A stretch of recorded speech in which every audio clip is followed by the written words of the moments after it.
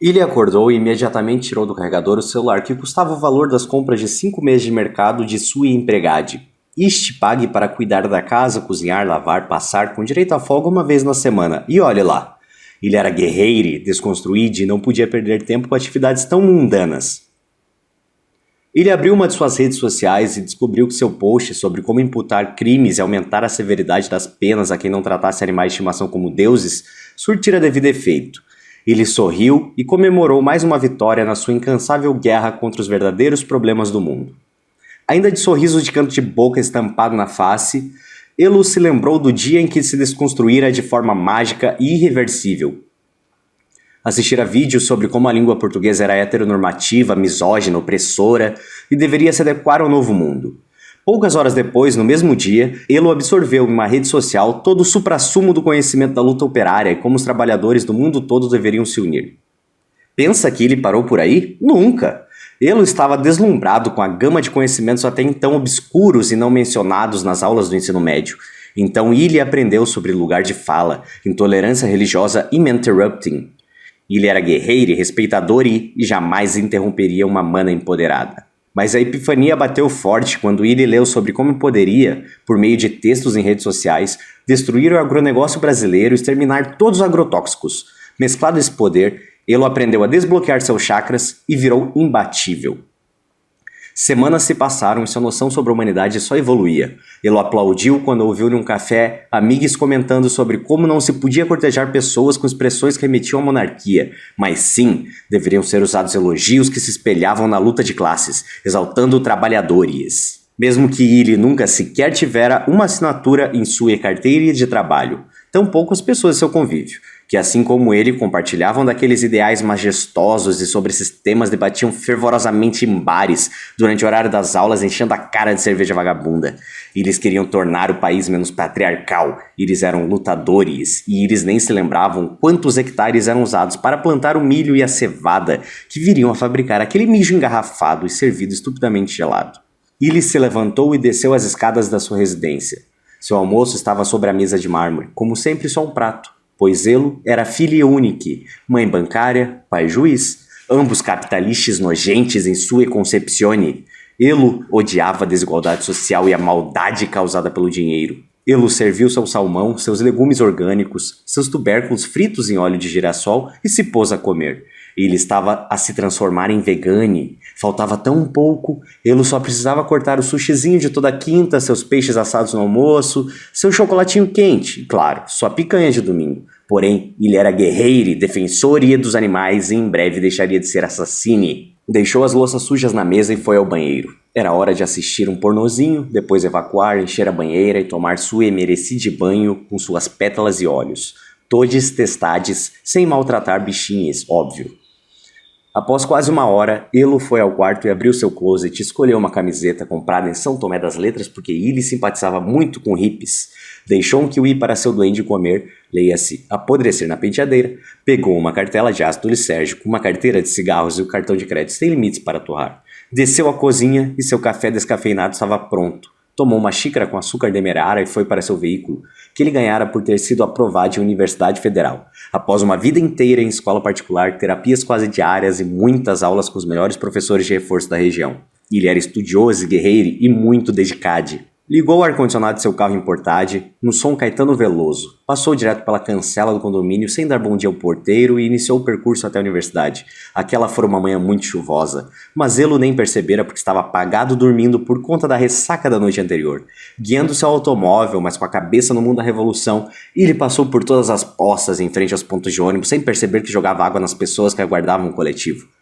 Chegou à universidade e viu pessoas reunidas em frente ao restaurante universitário. Deu seu autógrafo no abaixo-assinado para que parassem de servir proteínas animais no refeitório, posto que haviam tantas opções vegetarianas, porque o que ocorria diariamente naquele ambiente era uma chacina, e Elo não compactuava com esse tipo de descaso.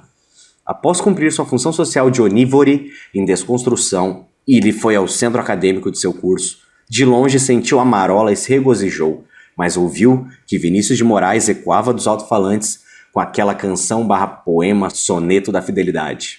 Ele odiava aquela música e considerava demasiada a objetificação da mulher naqueles versos, junto com o sentimento de que a pessoa é posse da outra. Há meses, Ele estava escrevendo um artigo que seria um ultimato contra a monogamia e traria um novo conceito de liberdade sexual. Ele estava muito próximo do fim do primeiro parágrafo. Quando Willie adentrou o centro acadêmico, amigos de luta pelo fim do sistema falavam sobre a última Eurotrip realizada, como tinha sido transformadora a experiência, os brownies em Amsterdã, os vinhos tomados sob o luau com vista para a Torre Eiffel, o tour gastronômico em Lyon, as ilhas gregas, a Torre de Pisa, as baladas de Madrid, sobre como adoraram a vibe multicultural nos hotéis que pareciam castelos, saca? E como era barato comprar perfumes e como era boa a segurança pública. Elo se sentou e deu uma bola no baseado. Adentrou outro guerreiro na sala e começou a narrar um perrengue. Manes, vocês não vão acreditar no que aconteceu ontem à noite. Aqui, o narrador toma a iniciativa de passar a palavra para a amiga do CA. Deixemos assim a narrativa sob a ótica e a eloquência deste lutador.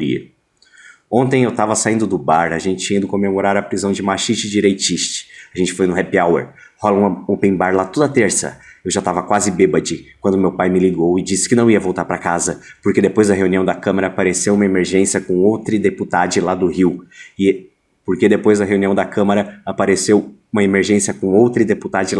E eles iam precisar viajar de última hora. Que quando eu voltasse pra casa era pra fazer um post no Twitter pra ele.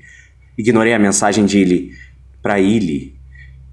Pra fazer um post no Twitter pra ele. Ignorei a mensagem de ele e continuei bebendo. A gente continuou a festa e quando vi já era hora de fechar o bar. A gente saiu de lá e eu tinha que dar carona para nossos amigos. E daí Rô me veio com um papo corta-brisa de blitz e eu dirigi levemente bêbade. E eu falei, Mig, tô com um dos carros de papai, nunca sou parade, relaxe. Fui, deixei todos em casa e voltei pra minha. Não fui encostado pela polícia em nenhum momento. O controle da narrativa volta à terceira pessoa. Então, nosso personagem contou para amigos do centro acadêmico sobre toda a opressão da polícia militar. Todos concordaram que aquilo não passava de instituição falide que tinha que morrer. Eles eram guerreiros, a PM era opressão, e eles eram do bem e lutavam pelo fim das amarras sociais. Ao fim da cannabis, Elo recortou a cartela de LSD e entregou a parcela de cada pedido feito por cada amiga ali presente, mas não sem antes receber o dinheiro acordado entre elos. Depois das vendas, ele subiu ao bar de carro, estava muito calor e ele estava chapado demais para caminhar. De boca seca, Elo se sentou no estabelecimento e pediu uma cerveja importada. Estava sozinho, então podia beber algo nobre. Nunca que ele compartilharia uma bebida cara com suas amigas, até porque Elos nem podia imaginar aquele guilty pleasure dele. Afinal era atividade burguês safade e isso Elo nunca seria, jamais. Pediu a segunda cerveja, esperou Pile Garçone trazer a bebida, contudo ao vir entregar-lhe a garrafa, a funcionária cometeu um descuido e fez o copo dele tombar, derramando o equivalente a um gole do fermentado. Ele não perdoaria aquilo, fez questão de chamar a gerência e ordenar a demissão imediata de pessoa tão incapaz, nas palavras dele, física e intelectualmente de atendê-lo. E caso uma providência não fosse tomada, ele nunca mais pisaria naquele bar outra vez. Ele conseguiu, porque era esforçado, do bem e não suportava ver desperdício. Foram um gole de cerveja, tudo bem, mas era absurdo e ele não podia tolerar. Não com tanta gente sem emprego e sem ter o que comer nesse mundo capitalista, opressor e cruel. Era noite quando Elo saiu do bar e pegou seu carro a fim de retornar à universidade. Era noite de simpósio sobre racismo estrutural e ele não podia faltar. Bêbade, adentrou a sala e avistou a pessoa que há tempos ele queria transar. Se sentou ao seu lado. Pouco antes de entrar, tomaram uma cota de ácido e a droga começava a agir.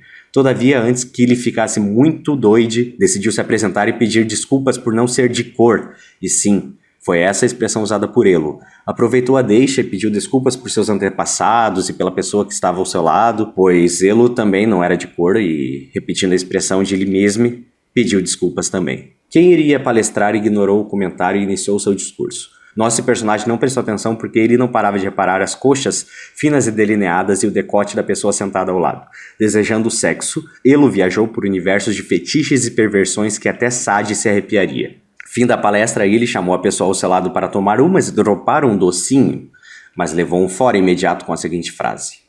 Já tenho compromisso, marquei com um cara que trabalha no ramo de exportações, ele é economista, sempre lutando para ter as coisas dele e sempre se ocupando com assuntos relevantes.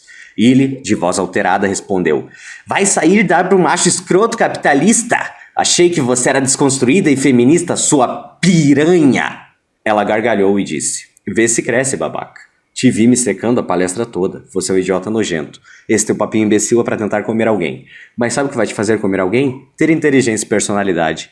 E lhe deu um tapa e a puxou pelos cabelos. Ele era guerreiro, revolucionário, do ódio do bem. E aquela machista passadora e de pano pra macho escroto precisava aprender uma lição severa.